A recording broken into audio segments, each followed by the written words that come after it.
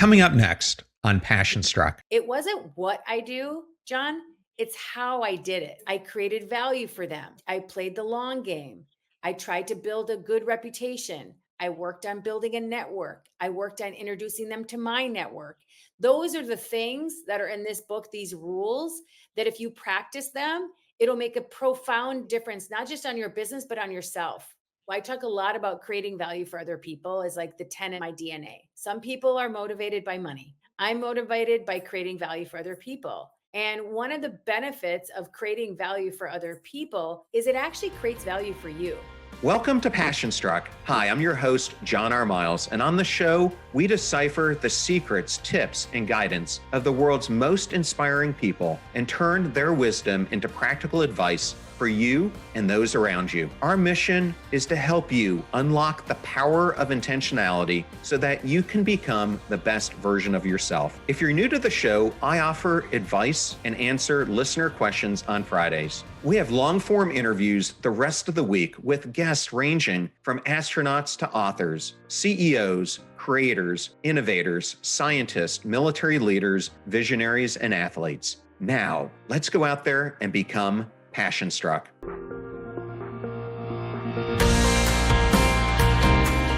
I am so thrilled today to have Maha Abouelenein on Passion Struck. Welcome, Maha. Thank you for having me, John. The pleasure is mine.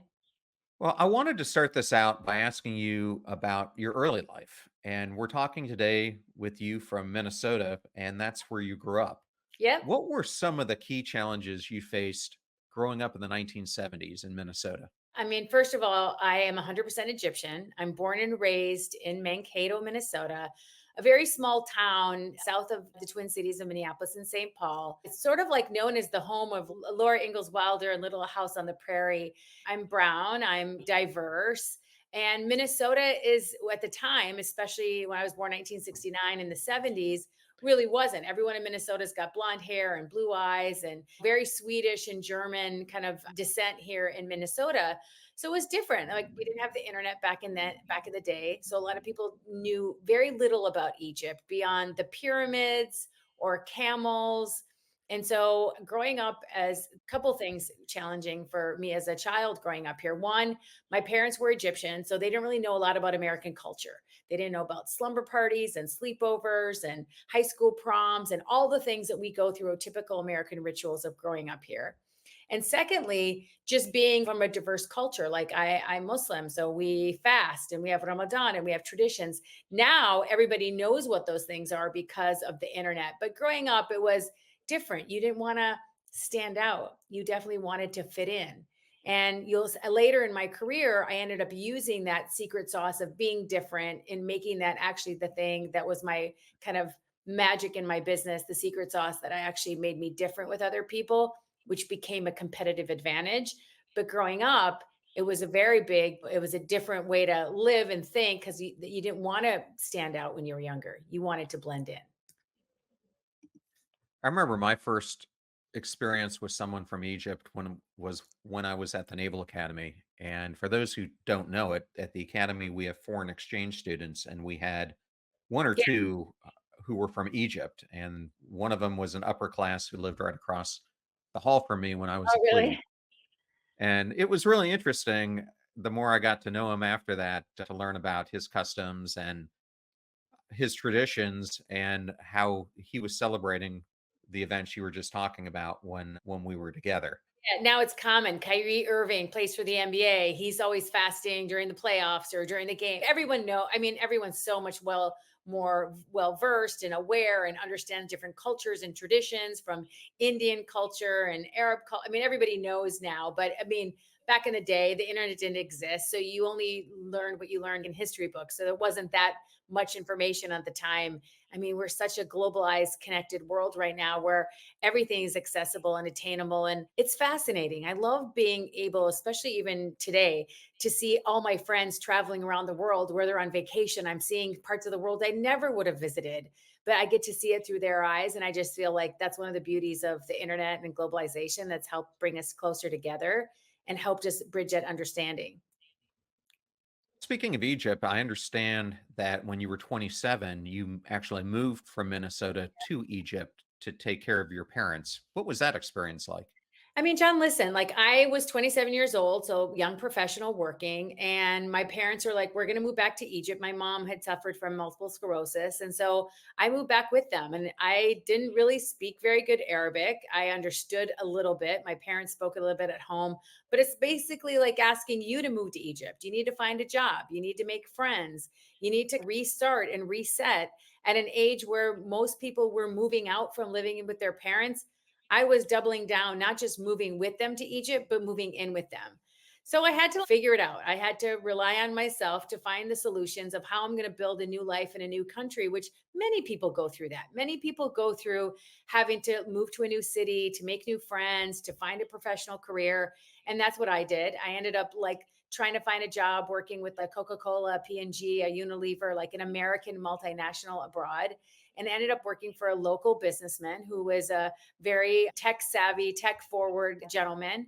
And he wanted to launch mobile networks and internet service providers, internet in Egypt and throughout the Middle East and North Africa.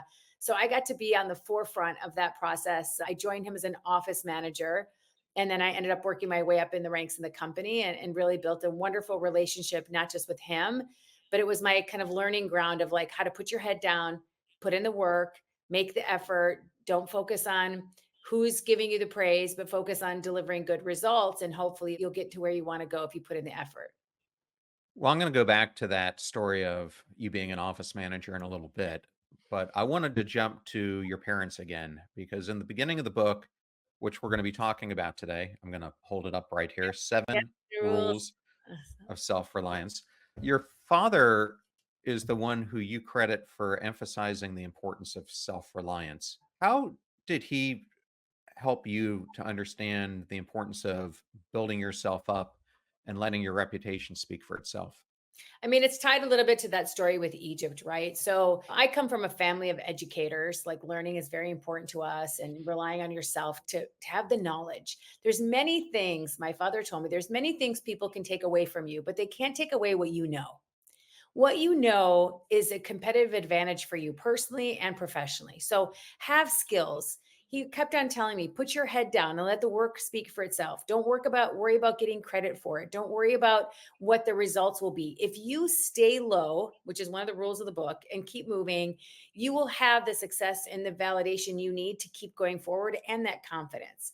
So when I got offered this job as an office manager, I was thought it was beneath me. I thought I have a graduate degree. I come from America. I'm like, I have skills. I have an education. Like, being a secretary, I thought wasn't something I was qualified to do. I thought I could do more and I could be better than that. And so my father gave me the advice. He's, listen, you just moved to Egypt. You don't know anybody. You don't know anything. You don't know how people work. You don't know how business is done here differently than US. You haven't built a network. You don't have any relationships. So he basically said, put your head down, put in the effort, show him and prove to him that you can do more. Start adding value to him, start adding value to his organization. And eventually your hard work will pay off. But you have to put in the effort first. Don't ask for something without putting in the effort. Don't ask for something without learning first. And that was great advice. I don't know enough to ask for what job I should have until I understand the business, understand the challenges the businesses face. Where could I bring the most value for this company? Where could I show my secret sauce? Where can I become invaluable to this person? How can I be indispensable to this person? And so that was the advice he gave me. That was the premise for relying on yourself. Like, you have the tools. You just have to have the confidence and the belief in yourself that you're going to figure it out. As I was reading the book, I saw that there were a ton of parallels between my recent book, Passion Struck, and the things Yes. I really like to talk about. And one of those was the importance that you write about of small things lead to big things. And to me, one of the things people often think about is they tend to organize their life around the big moments and they don't realize that it's the small moments that really manifest into the success that we have in the big moments.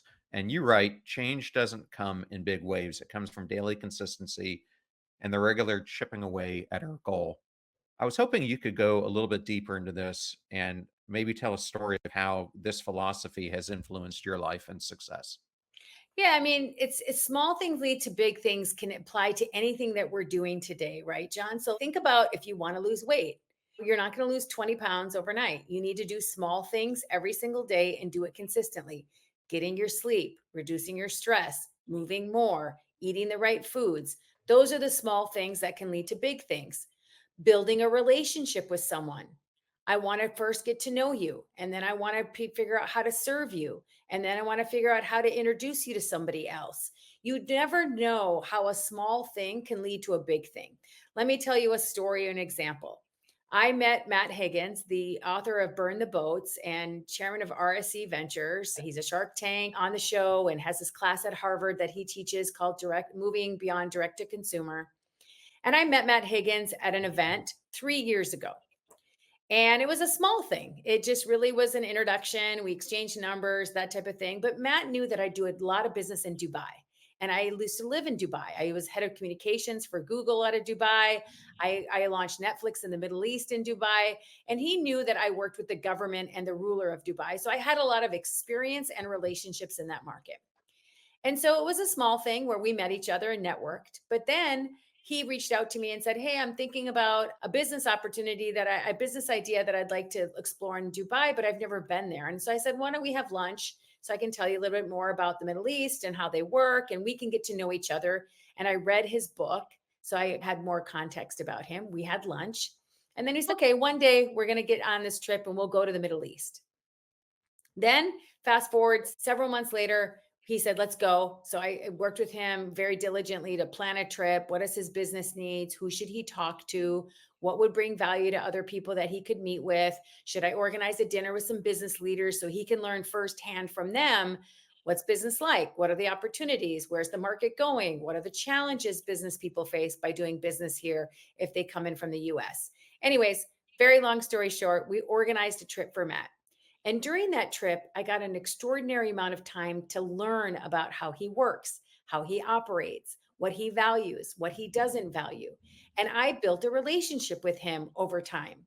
So, fast forward, we come back to the US. Now we're doing business together. I work with him formally. We've worked on a bunch of different projects. But just that small thing of offering value of, "Hey, if you ever want to go to Dubai, let me know if we can do something together. I'd love to show you," can lead to big things, can lead to a business opportunity. But I don't think short term. I didn't think I'm doing this to get this.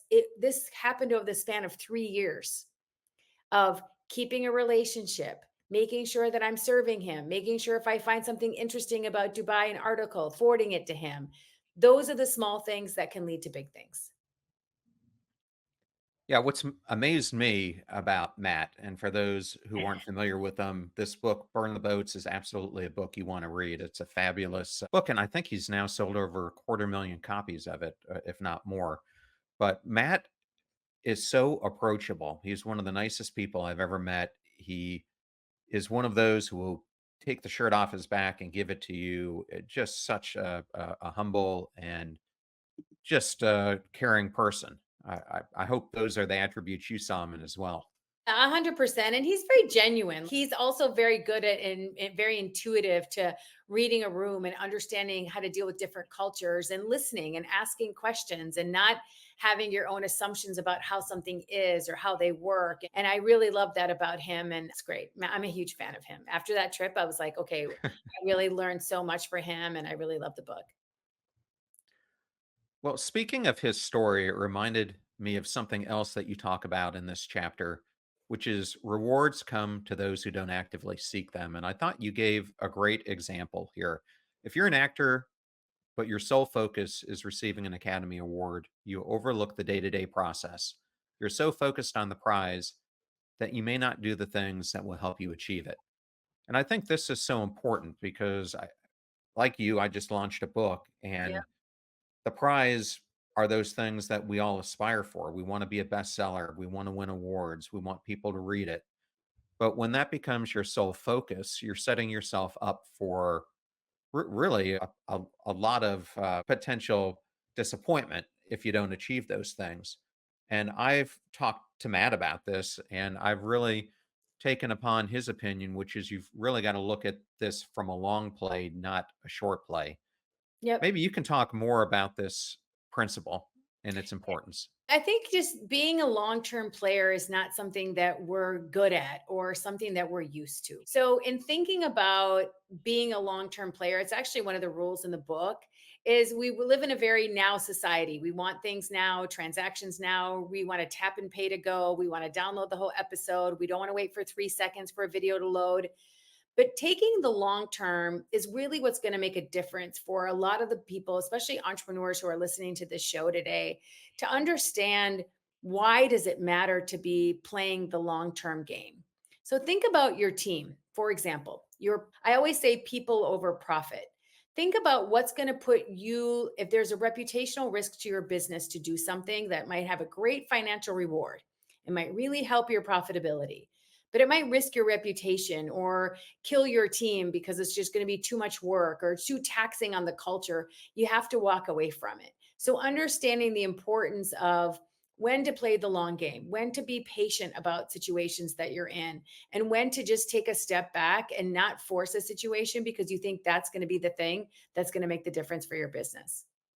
And I just wanted to give the audience an opportunity. If you want to go even deeper on this, I did a great episode with Dory Clark on her book, The Long Game, which is a great episode and a great book as well. Ooh, I'm going to go listen to that.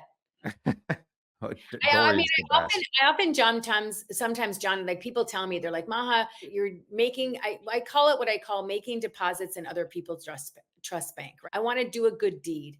I want to create value. I want to serve people. I want to help people. That in the event that I want to make a withdrawal a year from now, 6 months from now, several years from now, I can do that. Or I just want to have good deposits in other people's trust bank because that builds my reputation.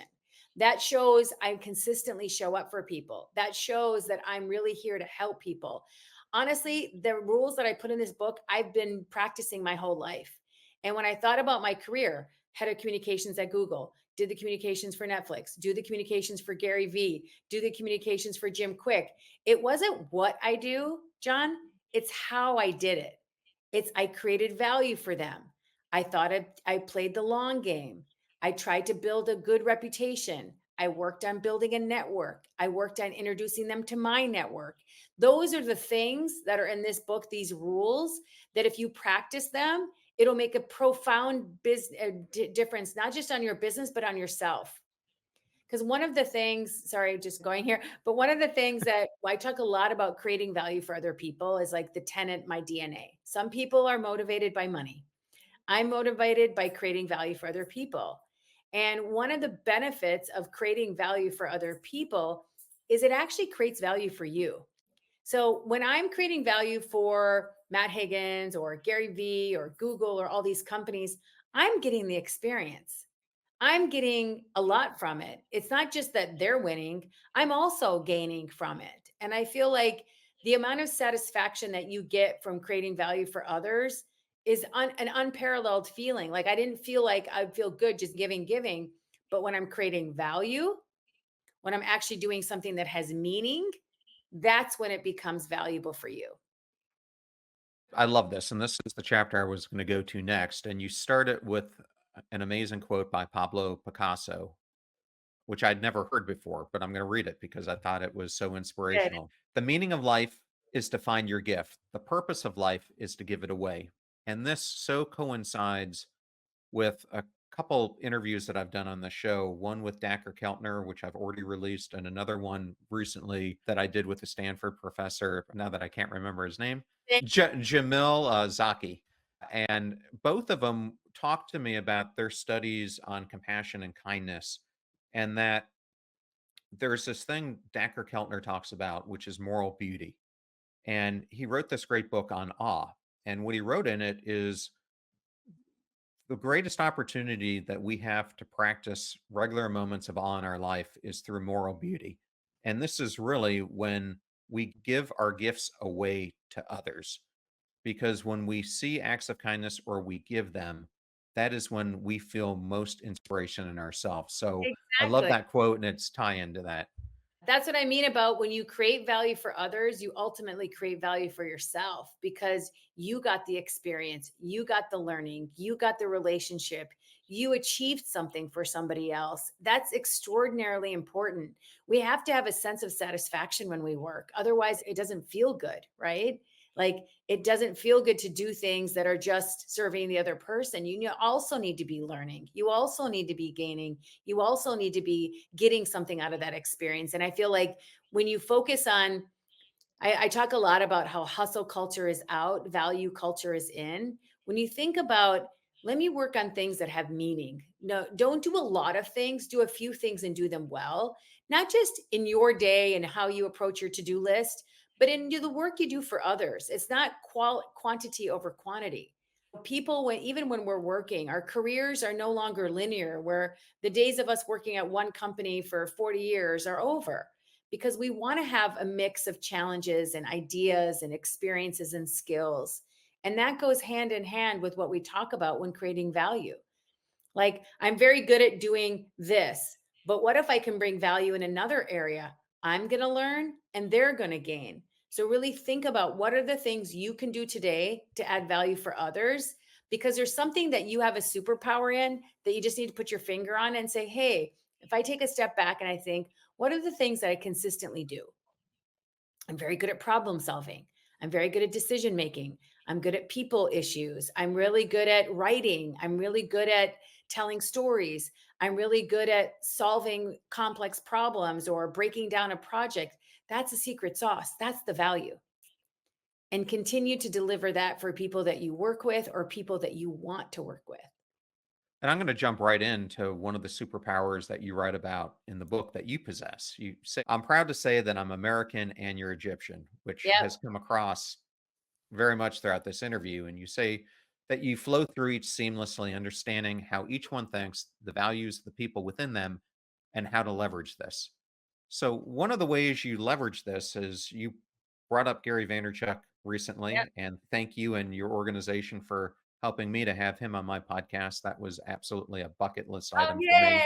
My, So, but you describe Gary as the way that I've always seen him or have perceived him as this loud person who is going to be right out there engaging with other people. But you said that when you took him to the Middle East, you saw a different version of Gary. And I was hoping you yeah. could potentially use your superpower and how Yep. this helped you help navigate Gary's trip. It wasn't actually a different version of him. It was basically when you go to different cultures or you go into different rooms, how intuitive are you at reading the room, understanding when to lean in and when to zoom out, right? So that's what I took Gary to Dubai. There's a 7-hour vlog on his YouTube channel about our first trip together to the Middle East. And he was just amazing. Honestly, I tell a story in the book about how that came about and how we went together. But I feel like if you have good, you're self-aware, and Gary talks a lot about self-awareness, like how to lean into the culture, what questions to ask, how to be mindful and respectful of other people. And he hit that out of the park. Like generally, if you see Gary on social media, he's loud and he's talking. And when he gets into a room in a business setting, it's a completely different operation. And I feel it was an extraordinary trip, super fun. I do encourage you to go check it out on YouTube. It was like 7 hours. It was the longest vlog he put up at the time on YouTube. And it's just, working with Gary is something I had basically been watching him, following him on Instagram and watched a lot of his videos. And he always talks about the art of the DM and texting somebody. And I had DM'd somebody that was working with him and we went on this trip together. And the stories in the book, but I feel if you want to work with someone, especially someone like Gary Vee, big company, 1,000 employees.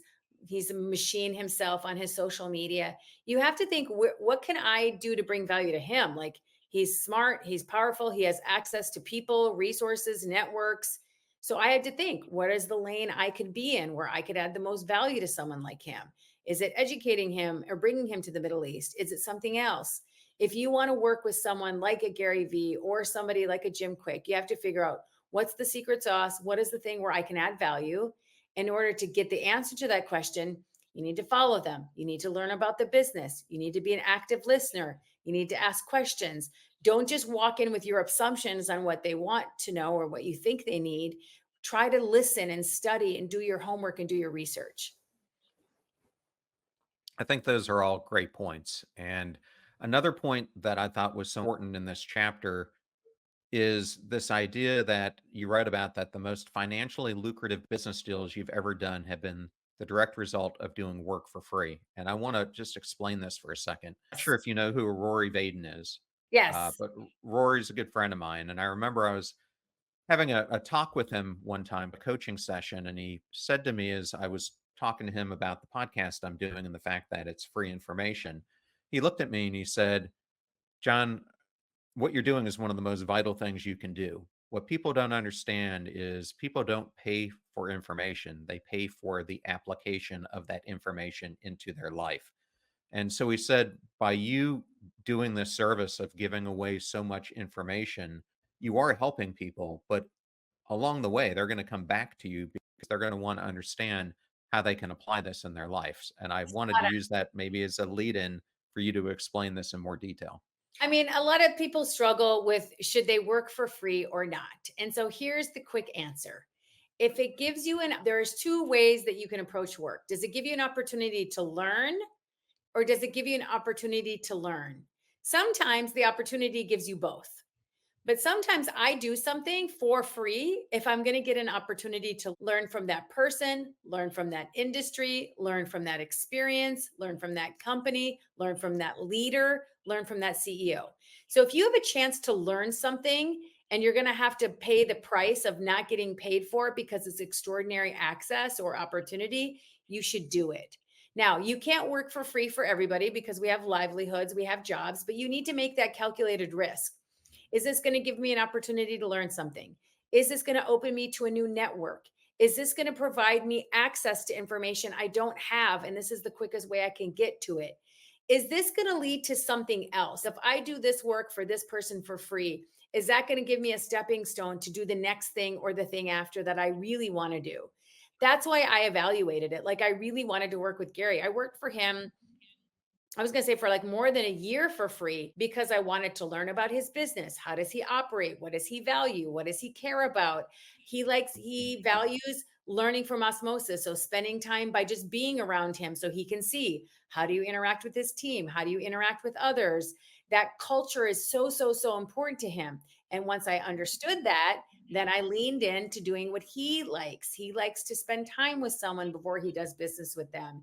He likes to observe how somebody operates before he does business with them. And once I got that, then I leaned into it and I was all in. And then we ended up doing business together. But I wanted to show my good intentions with him. Two, I did work for free for quite a long time just because I was living in Dubai and he was living in New York. So we couldn't see each other that often. So that was also a factor in the length of time of doing business together. But I feel like if you get an opportunity to learn, you should forego the money because that's what's going to be important that you can use for the next stage. I just wanted to highlight this through one more example that you have in the book.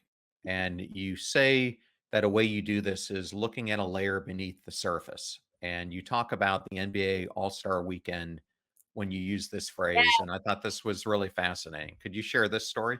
So I was at the NBA All-Star game, and a part of going to that event is that you want to meet media, you want to meet other clients, you want to meet other brands. And so I had learned that there was going to be a big media breakfast. Gail King, who's the host of CBS Mornings News, told me she's going to be speaking on stage with Adam Silver at this media breakfast. So I was like, what's the media breakfast? I work in the media industry.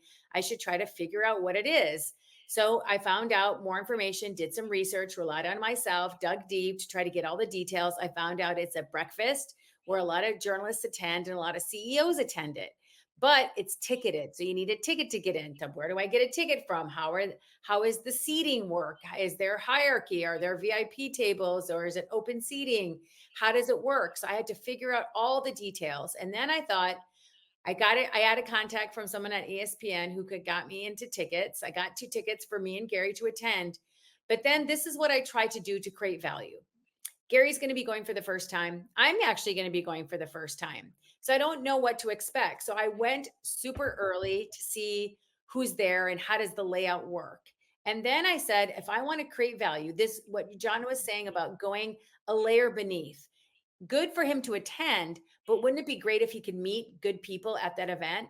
So I took the ability, or I took the next step to try to curate a table so that we can meet other like-minded people and we can actually bring value to other people. So I saw Spike Lee walk in. Gary knows Spike Lee from the NBA games. They're friends, they know each other. And so I thought, great, let's bring Spike Lee to sit with us at our table. So then we knew somebody at the table that was familiar, that we see at the NBA All-Star weekend. That'd be huge. He was with his son.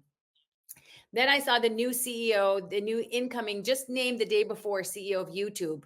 And I know for sure Gary hadn't met him, and I had only met him the day before. And I wasn't sure if anyone else at the table had met him. So I also invited him to come and sit at the table. And then Gail King's son was there, so he came and sat. But what I did was, when going beneath a layer beneath, is like, if you can create value for people just by introducing them to other people, that's a really smart way to be a value creator for somebody else. And to think through the next step and the next step of how you can do that. So that's a small example of how all I did was something simple: learn about an event, did the research to find out what it is, how does it work, got access through a favor to a ticket, and then curated a table so that I can create relationships. Since you were only there for the breakfast in and out, that table is going to be key to building a relationship and creating a dynamic, or even just opening the opportunity. That's a small thing, curating a table that could probably lead to big things. Thank you so much for going into that. I have to go from there to another sport that I became very interested in when I used to live in North Carolina. When I was a senior executive at Lowe's, was extremely involved in NASCAR. In fact, Love, love, love. I knew that's where you're going to go with this. I have a General Mills story to Oh, you share. do? So not only is Lowe's based in NASCAR country, it's actually based in Mooresville, which when people think of North Carolina, they think of more Concord where the racetrack is, but the vast majority of the drivers and the crew chiefs, etc., live right on Lake Norman, which is where I lived. In fact, right across the street from me was Jimmy Johnson, Matt Kenseth, Elliott Sadler, and a bunch of other ones. And I've met Mark Martin, who you write about in Wow. the book as well. But my next door neighbor, Pete Merkel, and his was the agent for Dale Jr. and his wife worked for General Mills, and she had No worked for them way. for 20 years. No way. And they would always tell me this incredible relationships that NASCAR had developed with General Mills. And to hear you were at the epicenter of that I was was just actually at really the start of fascinating. that.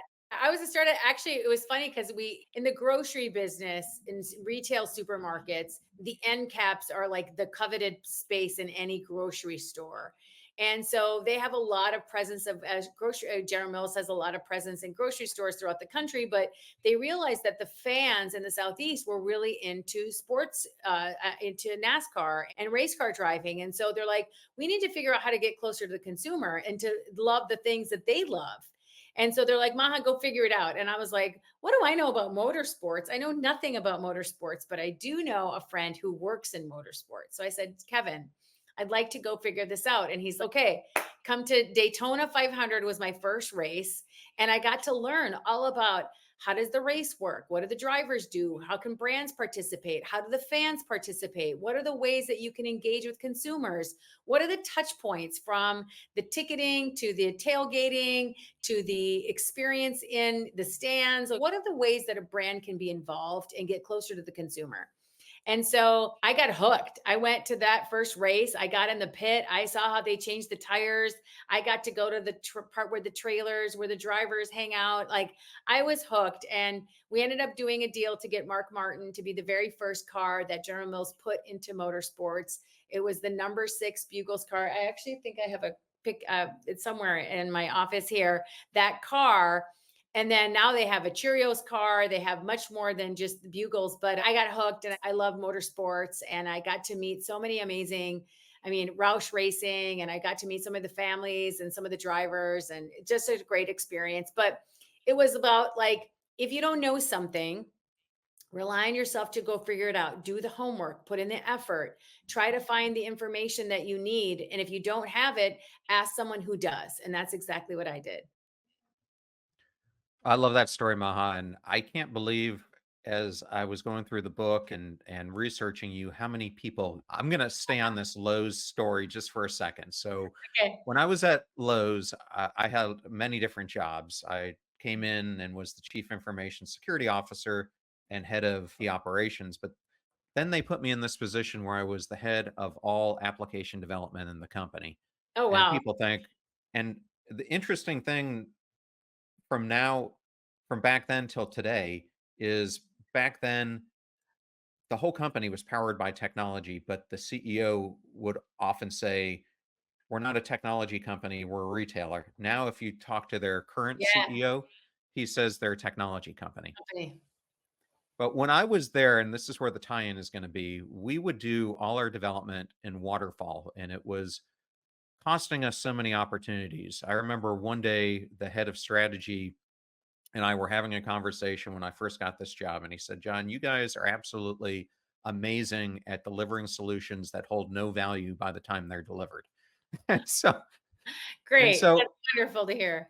so I decided to start bringing agile development into the company, and I remember approaching a peer of mine who was the biggest doubter of IT in the entire organization, and I thought, "If I can get this guy a believer, everyone's gonna become a believer." And so we started doing sprints with his group. He and I both actively engaged, and it completely transformed his opinion of us. And that agile development took fire. Where I'm Wow. going with this is part of agile development is a sprint. Yes. Yeah, you got to sprint for President Obama, Yeah. and I thought this was an awesome story, and I was hoping you could talk about it. There's a sidebar story in the book that talks about sprinting for Obama. I was living in Dubai at the time, and I had been living in the region for the Middle East region for a long time. So I know about communications, I know about storytelling.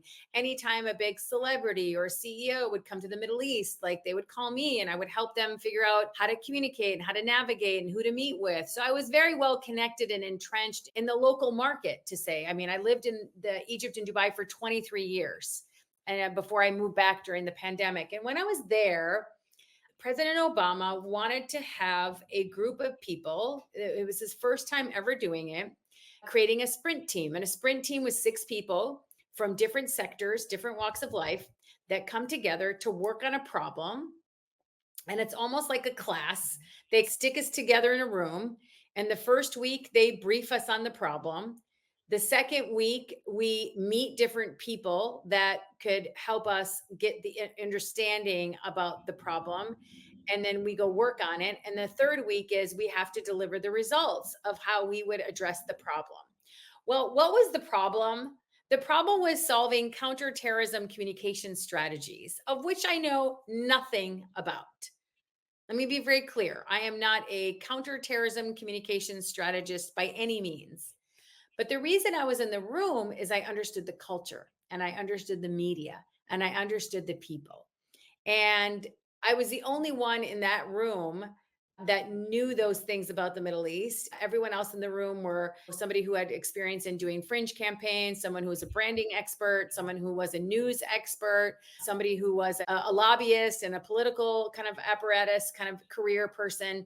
So they brought in a mix of different people and told them, you need to go through this sprint. And you go through all the stages of teamwork: forming, storming, norming, performing, like all the things that, like, we don't know each other. How are we going to work together? Whose opinions are going to override the others? How are we going to get through this? Are we going to work in pockets or teams? Are we going to attack each other? I mean, the whole process was like I'm saying, it was like a class. It was like we were put in, what do they call those escape rooms, where they put you in an escape room to solve a problem, which ended up being the results of our work ended up being like an executive order that President Obama put into place. He liked our ideas, and then President Trump nullified it. But it was a great experience, to say the least. So I'm gonna jump from one famous person to another. So at the time we're recording this, Taylor Swift is having one of the biggest tours of all time. Okay, And I love this. and Alrighty. I'm going here because we're filming this in the middle of the Olympics and Kelly Clarkson and Peyton Manning are catching some grief for doing the opening ceremony, but I love Kelly Clarkson, and she gave some great advice to Taylor Swift that goes into your concept that you've got a choice in life to make. Are you going to be a waiter or a creator? Can you use Taylor's story to describe this? So first of all, I'm a big Swiftie. Let's just be clear about that. But there's a chapter in the book, and I really want everyone. This is actually my favorite chapter in the entire book. It's called "Don't Be a Waiter, Be a Creator."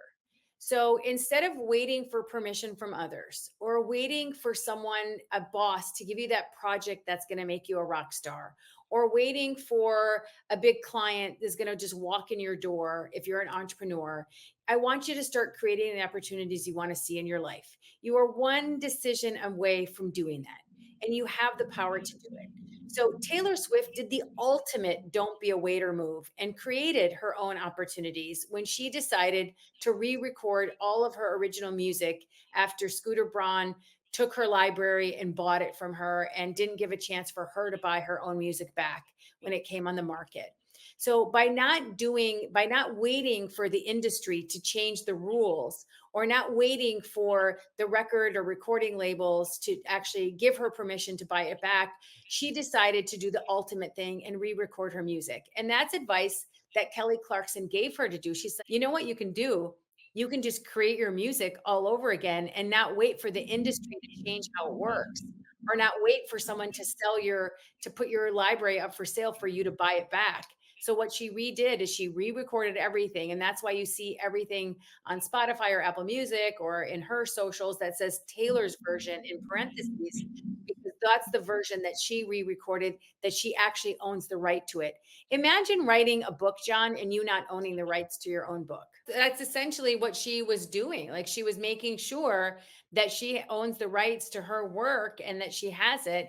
And that's a very much a don't be a waiter kind of mentality of don't wait for people to give you either permission or give you those opportunities. Go out and create them yourself. And they can be Yeah. big or small. They don't have to be life changing, but they can be an opportunity. It's like, I want an opportunity to attend this event. I want the opportunity to learn this skill. I want the opportunity to listen to the speaker. Don't wait for someone to invite you. Go create that opportunity. So, where I'm going to go next is the chapter 6, which is on your rule 5. Think of your reputation as currency. Yes. And you start this out talking about Abraham Lincoln, who said, reputation is like fine china. Once broken, it's very hard to repair.